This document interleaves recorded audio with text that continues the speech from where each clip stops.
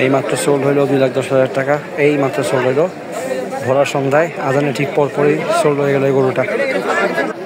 2,10,000 টাকা সেল হয়ে গেল। সুন্দর এই গরুটা, ভারী আছে গরুটা, অলমোস্ট 400 কেজি প্লাস হবে গরুটা। 2,10,000 এই মাত্র সোল্ড হইলো 2,10,000। 2,10,000